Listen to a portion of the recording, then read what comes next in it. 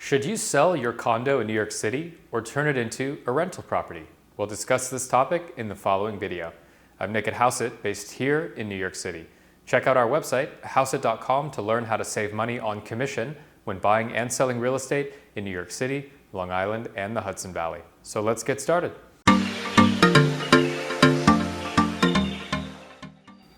If you're like most homeowners in New York City, you may have originally purchased a condo to live in. But after a few years, you might have needed to upgrade to a larger apartment, change neighborhoods, or simply leave the city. When this happens, what do you do with your existing condo? Do you sell it and wash your hands of it completely? Or do you hold on to it and convert it into a rental property? Well, the answer isn't always obvious. There are several advantages and disadvantages to both selling and renting your current condo in New York City. Let's start with selling. So what's the advantage of selling? Well, the main benefit of selling your condo is that you don't have to be a landlord. Truthfully, being a landlord can be time-consuming and very stressful. Moreover, there's always a remote risk of a catastrophic event, such as you being sued, having to evict your tenant, or your building literally burning down. While tenants behave most of the time, it's always possible for you to end up with a bad apple, and in New York, it's very hard to evict people. If you're busy with your job or family life, you might not want to have to worry about things blowing up with your tenant and possibly spending tens of thousands on legal fees while not receiving any rent. Even if your tenant is cooperative and pays on time, there are also maintenance headaches you'll have to handle from time to time. For example, what if there's a leak coming from the ceiling? Or what if an appliance breaks? You will need to deal with all of these issues as they arise, and quite frankly, some homeowners don't have time for this. It makes much more sense for them to sell and perhaps reinvest the proceeds into stocks or some other more passive type of investment. Another advantage of selling is that you can capitalize on a strong market and book your profits. Things happen, like COVID-19. Now, sellers who got out before the pandemic were obviously better off than those who hadn't got around to selling. Of course, things will recover, but for certain types of properties, it might take several years for prices to fully rebound.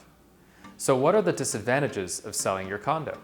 Well, the primary downside of selling is that you'll be on the hook for a massive amount of closing costs. Here in New York City, seller closing costs are roughly 8 to 10%, so this will take a huge chunk out of your sale proceeds.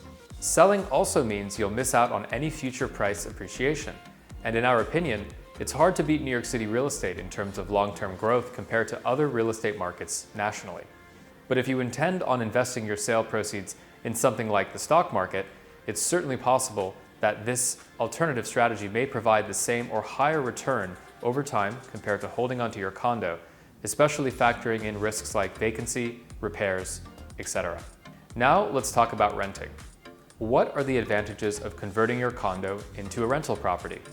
Well, for starters, you can start to take advantage of something called depreciation. As a landlord, you can deduct your purchase price plus capital improvements over 27.5 years. For example, if you paid $1 million for your apartment, the annual deduction is worth over $36,000 a year.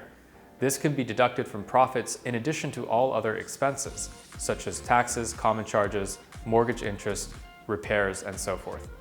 So at the end of the day, you'll probably have little or no tax liability for your rental income.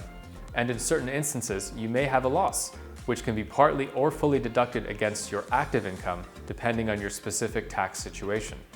Another advantage of converting to a rental property is that you'll avoid paying seller closing costs.